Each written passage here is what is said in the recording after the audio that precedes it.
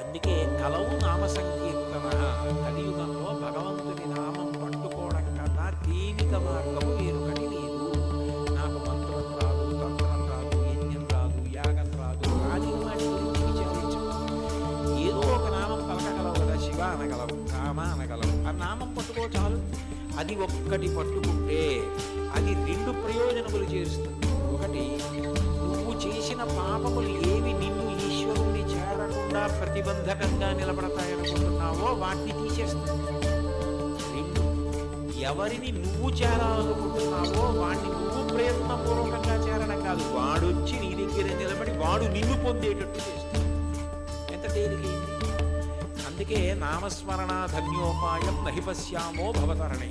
కలియుగంలో ఇంకా నామస్మరణ కన్నా అవతరణానికి అందరికీ బిడ్డకి పేరు పెట్టుకుని చక్రి అని పేరు పెట్టుకున్నారు, శౌర్య